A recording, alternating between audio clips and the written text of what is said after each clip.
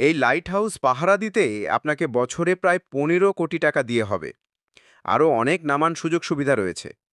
যেমন ইচ্ছা হলে সমুদ্র থেকে মাছ ধরে খেতে পারবে, আপনার উপরে কোনো বস থাকবে না, ইচ্ছা হলে ঘুমিয়ে থাকতে পারবে। কি চাকরি পেতে খুব ইচ্ছা করছে? তাহলে আসুন লাইট হাউস সম্পর্কে বিস্তারিত জেনে নিই। এবং এরকম ইতিহাস ও রহস্যময় স্থান সম্পর্কে জানতে হলে আমাদের চ্যানেলটা সাবস্ক্রাইব করে পাশে থাকবেন। তাহলে শুরু করি। অন্ধকার সমুদ্রে যখন নাবিক হারিয়ে যায়, দূরে এক বিন্দু আলো তার শেষ ভরসা হয়ে ওঠে। এই আলোই হল লাইট হাউস।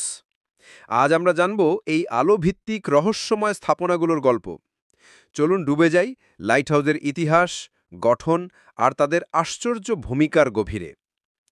ও, লাইট হাউস বা বাংলায় যাকে বলা হয় বাতিঘর, এটি একটি উঁচু টাওয়ার বা দালান যা সমুদ্র তীর বা পাথুরে উপকূলে তৈরি করা হয়। এর উপরের দিকে বসানো থাকে এক ধরনের শক্তিশালী আলো, যা রাতে দূর থেকে জাহাজকে দিক নির্দেশ করে। অনেক সময় তাতে থাকে ঘূর্ণায়মান আলো অথবা বিশেষ আলো সংকেত, যা দেখেই নাবিক বুঝে যায় কোথায় আছে উপকূল, কোথায় আছে বিপদ। লাইট হাউসের ইতিহাস হাজার বছরে পুরনো। বিশ্বের প্রথম এবং সবচেয়ে বিখ্যাত বাতিঘর ছিল ফ্যারাওস অফ আলেকজান্ড্রিয়া, যা প্রায় 280 খ্রিস্টপূর্বে মিশরে তৈরি হয়েছিল। এটি প্রায় 130 মিটার লম্বা ছিল এবং প্রাচীন বিশ্বের সপ্তাশ্চর্যের একটি ছিল। এরপর রোমান, গ্রিক এবং চীনারাও লাইট হাউস তৈরি করতে শুরু করে। অষ্টাদশ শতাব্দীতে ইউরোপ এবং আমেরিকায় লাইট হাউসে প্রযুক্তিতে বিপ্লব ঘটে। ধীরে ধীরে পুরো পৃথিবীর উপকূলেই ছড়িয়ে পড়ে এই নীরব রক্ষাকবচ। প্রথম দিকে বাতিঘরে আগুন জ্বালিয়ে আলো তৈরি করা হতো। পরে ব্যবহার হয় তেল, গ্যাস এবং কেরোসিন।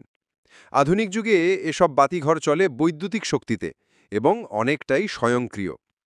বাতিঘরে আলোকে আরও কার্যকর করতে ব্যবহার করা হয় লেন্স। সবচেয়ে জনপ্রিয় লেন্স হল ফ্রেনেল লেন্স, যা অনেক দূর পর্যন্ত আলো পৌঁছাতে সক্ষম। আলো ছাড়াও অনেক লাইট হাউসে থাকে বাজ সিস্টেম বা ফগ হর্ন, যেটা কুয়াশার সময় নাবিকদের সাবধান করে। বর্তমানে বিশ্বে প্রায় 20,000-এর বেশি লাইট হাউস রয়েছে।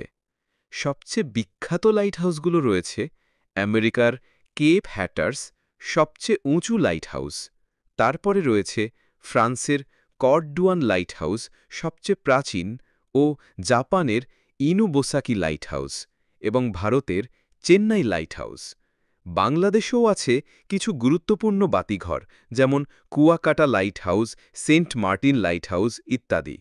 এগুলো মৎস্যজীবী এবং জাহাজ চলাচলে খুবই গুরুত্বপূর্ণ। আজকের দিনে জাহাজে জিপিএস, রাডার, স্যাটেলাইট ন্যাভিগেশন থাকলেও লাইট হাউস এখনও ব্যবহার হয়। বিশেষ করে যখন প্রযুক্তি ব্যর্থ হয় বা আবহাওয়া খারাপ হয়, তখন একটি শক্তিশালী আলোই হয়ে ওঠে বাঁচার একমাত্র ইঙ্গিত। এছাড়াও অনেক লাইট হাউস এখন পর্যটন কেন্দ্র বা ঐতিহাসিক স্থাপনা হিসেবে সংরক্ষিত। অনেকে এগুলোকে ভালোবাসে সমুদ্রের প্রহরী বলে। লাইট হাউস শুধু একটি স্থাপনা নয়, এটি এক বিশ্বাস যে অন্ধকার যত গভীর হোক না কেন, এক বিন্দু আলোই পারে তোমাকে সঠিক পথে নিয়ে যেতে। আজও যখন কেউ সমুদ্রপথে যাত্রা করে, লাইট হাউস তাকে জানিয়ে দেয়, তুমি একা নাও, আমি আছি তোমার পথ দেখাতে। ধন্যবাদ ভিডিওটি দেখার জন্য। যদি ভালো লেগে থাকে তাহলে লাইক ও শেয়ার করতে ভুলবেন না। আর হ্যাঁ, আপনি কি কখনো কোনো লাইট হাউস দেখেছেন? কমেন্টে জানাবেন।